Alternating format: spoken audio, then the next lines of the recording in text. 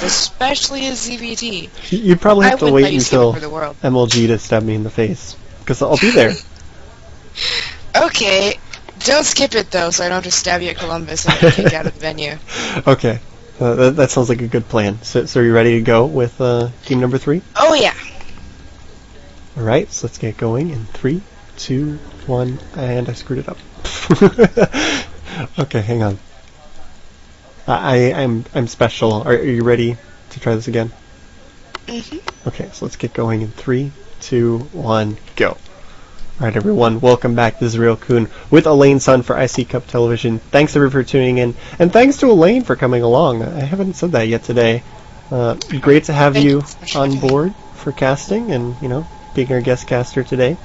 If you're not familiar with her, you can follow her on Twitter at Elaine_Sun. Normally works with GL.HF, or is it GLHF? GLHF.TV. Okay, yeah. Putting the dot in the wrong place. And you can follow me on Twitter at iCCupRealCoon as well. But we've got game number 3 between NaDa and MorroW. It's going to be the red Terran player, NaDa, who just evened out the series to the final deciding game number 3. He's going to be the 9 o'clock position here on Terminus Re. Or is it Terminus? What version of Terminus is this? This is Terminus Re. Okay. The original used in StarsWar 2. I mean, Terminus did exist, but no one really used it, and then they remade it for the GSL when it became popular. This is basically, as Moltrap says, the macroiest of macro maps. Well, it's not as bad as when Terminus, the previous version of the GSL, where there wasn't even this back door. That was very, very macro-y. Oh. But at the 12 o'clock base, we can see MorroW is going to be the blue Zerg. That makes Terminus SE. Yeah, that's why I was stopping to say which version is this. Is it Re? Is it SE? Oh. But we are on Terminus SE, which is good that they changed it to this version. Because we're still using the old version of Metalopolis, but this version of Terminus is much, much better. I adore this version of Terminus because, you know, it was really, really easy for Terran and Protoss to actually just turtle up on 3 base because they have a single choke covering everything, and it was very difficult to break them without drops. But with the addition of this, with the addition of the destructible rocks at the 3rd, though, it makes it very, very dynamic. So you do have to worry about the opening at this 3rd that it could be destroyed very easily. You know, for double attacks, for 2-burn attacks, or just sneak in if you try to turtle up with the 1 choke. MorroW trying really hard to kill this SCV. It's got 1 more hit, but his drone's sitting at 1 health, so he's not going to be able to do it. He came so close to delaying the 2nd barracks here. And, you know, if you can do that with this 2 racks pressure opening that NaDa did go for the last game, to laying one of the barracks, you know, that's going to help. Every little thing in the early game is going to help you out in defending against one of these really early Marine pressure builds that NaDa's going for. So we see him opening up aggressive once again, and after how well it worked last game, why not? Because they were on Tal'Darim Altar, which is a bigger map, and it worked just as well. So he is going to be sending out 2 Marines, 3 Marines actually. He doesn't have the SCVs along for the ride this time, just a single SCV. There's 2 more on the way there a little bit later, so he's not going to be able to set up that bunker in the same place that he did previously, but there we go. Just saying he might be able to set it up in the choke point here, since it is so narrow on this map. A good couple bunkers sitting here can do quite a bit in keeping MorroW in his base, but he is going to have to be aware of the fact that, you know, of course, on this map, MorroW can just take a 3rd base really quickly if you commit too much to keeping him in his base with this bunker. But, you know, once again, this should force more Zerglings in the early game from MorroW, which is exactly what he wants. Doing a great job of microing against these Zerglings. Look at that. Taking out almost all the Zerglings and only losing like 1 SCV and 1 Marine. Excellent control by NaDa, and here comes another wave of Zerglings. Great job by MorroW actually cutting off the Marines so they couldn't get into that bunker, taking out quite a few of them and forcing the cancel on that forward bunker. Great defense by MorroW. Even though NaDa was controlling that very well.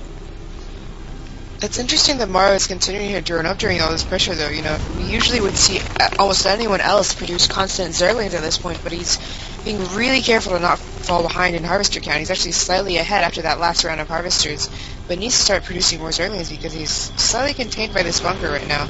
That's actually just really good game sense by MorroW, because if you look at it, he started producing drones right when NaDa backed off.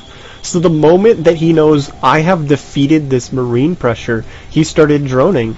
And it was the same decision that NaDa made right when he took out all those Marines. NaDa had a couple more Marines that were running through the center of the map, and they actually turned around and started going back towards his base the exact moment that MorroW started making those drones. So that's just excellent game sense by MorroW. I feel like in Game 1, MorroW made all the right decisions, and then in Game 2, NaDa made all the right decisions, and this time it's, both players' turn to do the right thing. MorroW is already up to 35 to 21 harvesters, which is extremely dangerous because NaDa has been producing a lot of Marines, and MorroW just has 3 Zerglings and 2 Queens right now. 35 drones, but he has almost nothing for defense. He's got 16 more Zerglings on the way. His Zergling speed is delayed by quite a bit again, which is going to be the dangerous part, because it looks like NaDa would be going for that follow-up attack any moment that he did in that last game, and if he does catch him before that Zergling speed is done, these Marines are going to be very powerful. But he is getting the speed much earlier this time, so we do see an adjustment for MorroW. He got this Zergling speed way later in the last game, and you can see he's actually delayed his layer as well, getting quicker Banelings. So he is adjusting his build. He's making sure he won't take as much damage to this Marine attack that is on the way from NaDa. And Baneling Nest is now just finishing. Zergling speed is very close behind. So with 20 more Zerglings on the way for MorroW with the Spine Crawler, with the capability of producing Banelings, he should be able to hold this off, but he hasn't started any Banelings yet. That's going to be really dangerous. Zergling speed just about to finish. It looks like MorroW's not even going to morph any Banelings. Just wait for speed and go for the surround. There it is. So many Zerglings. He's getting a complete surround. Oh my god. Yeah, he had 60 Zerglings at the beginning of the attack, and he's going to lose only 8 of them to take out the entire Marine force. Because he was so economically ahead, he was able to just produce as many Zerglings as he wanted. Now he's going to be able to go for a ridiculously massive counterattack, and NaDa really doesn't seem to have an answer for this right now. He's going to be able to take out these structural rocks, or just bust the front with these, sorry, I'm like having total math failure right now for an Asian, but that was 15 Banelings, which is ridiculous. He's going to be able to bust down these bunkers as well as work on the rocks. Banelings have morphed in. 52 Speedlings to follow up after them. Up to 20 Banelings, actually. Holy yeah, God, look at this. He's taking out the center barracks, getting 2 of them at the same time. Now just flooding in, taking out all of the bunkers. Zerglings are just everywhere. Yeah, there's no way NaDa can hold this, and there's the GG. Wow, really well done there by MorroW, realizing that, I'm just going to make a lot of Zerglings. And once again, realizing that if he could run that over with just the Zerglings, he'd have a really big window for the counterattack after taking out that many Marines with so few losses.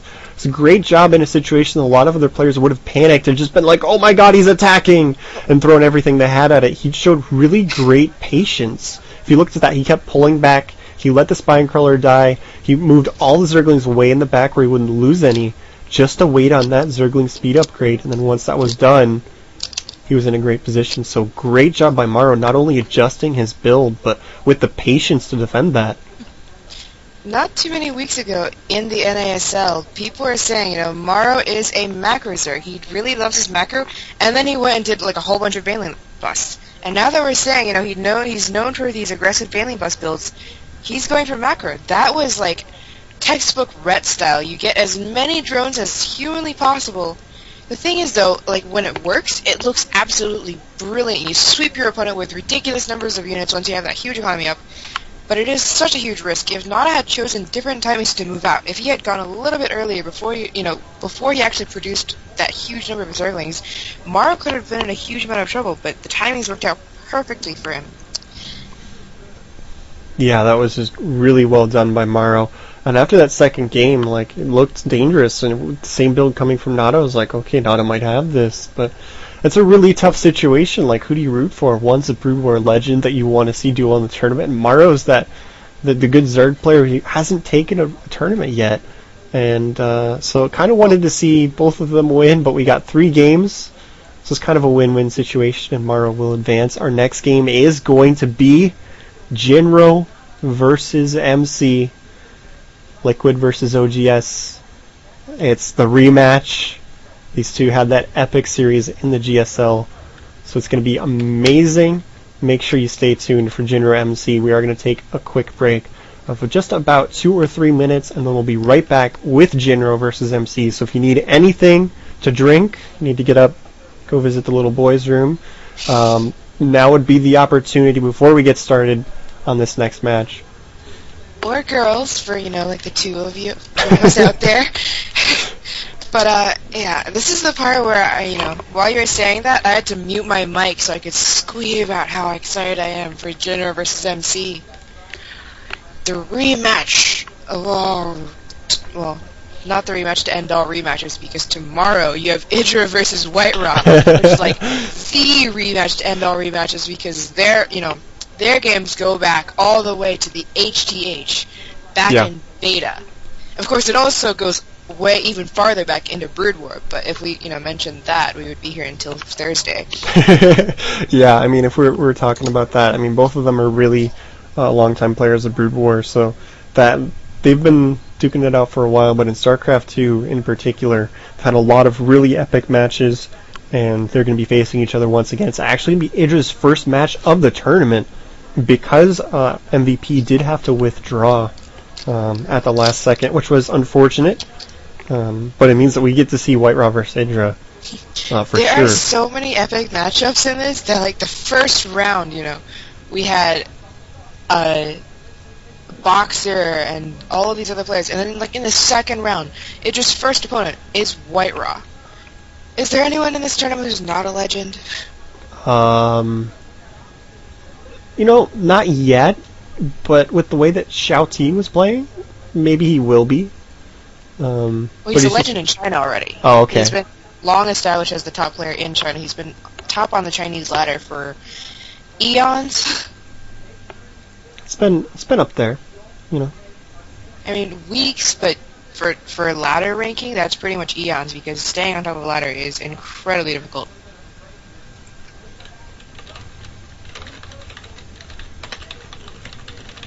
Especially when he has higher win rates than everybody else, like significantly higher win rates, so it's not like everyone else is a slouch. Yeah, and those games we saw from him in the round of 32 were incredible. Oh my god. Yeah, I was telling everyone to go catch those VODs. We saw some micro and some tactics that we've never seen before. Just like when you can win a game when you have fairly even armies, but win just due to your extremely good sense of timing and placement, that is brilliance. Okay, so I'm trying to figure out what's going on with the sound settings. Because apparently you still sound wonky. Maybe if I call you, because it sounds fine to me. I don't know why. So let me try calling you instead of the other way around, and maybe that'll help. Hopefully. Maybe. Sounds fine to me at the moment.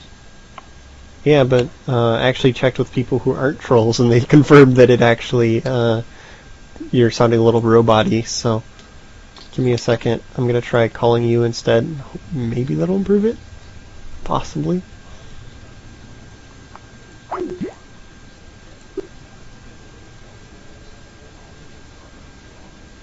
Okay, test. Testing. Hello. Is this any better? No. I'm looking to my reliable source here. Yeah, this is a bit difficult with trolling. The art of trolling has changed the world forever. Yeah, that's the problem. Don't understand. The internet is such a paranoid place now. I think it means I need to change the sound settings, which means I'd have to go offline. Sad. Hopefully we get this figured out soon, though, because I am so ready for Jinro versus MC. Yeah, I mean, Jinro versus MC. It's gonna be epic. It's gonna be okay, Just a little bit of a matchup here. Two mildly well-known players going up against each other. Just a bit. Do we want to experiment with maybe using the Team Liquid TeamSpeak? Maybe. I did a few casts with Gunrun on there, and it seemed to be fine for everybody. Main problem is I can't use voice activation on TeamSpeak, because then it plays the stereo mix even when it shouldn't. Oh, never mind. That's sad. I also have Mumble and Ventrilo, but you do not want this cast done over Ventrilo quality. No. Bad. Oh, man. Bad. On Ventrilo, I sound like a 14-year-old boy instead of a 10-year-old one. Is that a improvement, or? No. The older they get, the less they sound like girls. Okay, so Pat's gonna try hosting the call. Maybe that'll help. I mean, okay, hi. You didn't add her to the call yet, Pat. You're supposed to call when we're both in the call.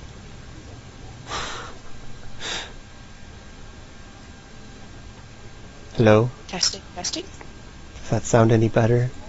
I mean, I'm trying solutions here that wouldn't involve taking down the stream, because, well, then of course everybody will leave.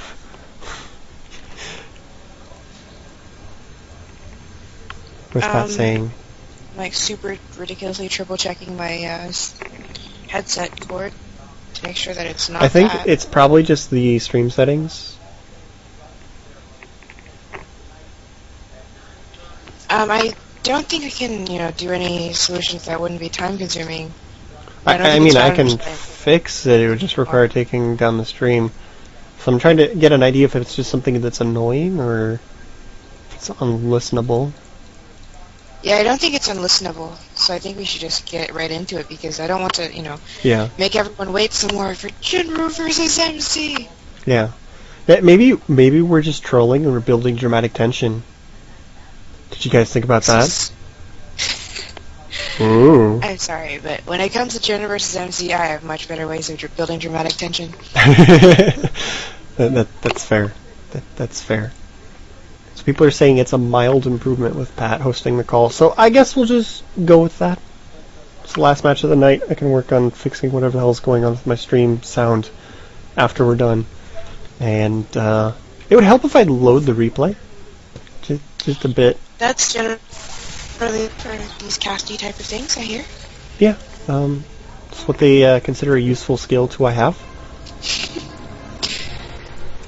And Jinro, has had the reputation of being a little bit down in his game lately. Hasn't been doing fantastic in the GSL. Close your ears, everyone, because I'm about to spoil Code A results.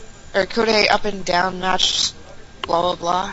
Jinro did fall into Code A today. What? I was really depressed. Yeah, he was 2-0'd by MVP Keen, I think.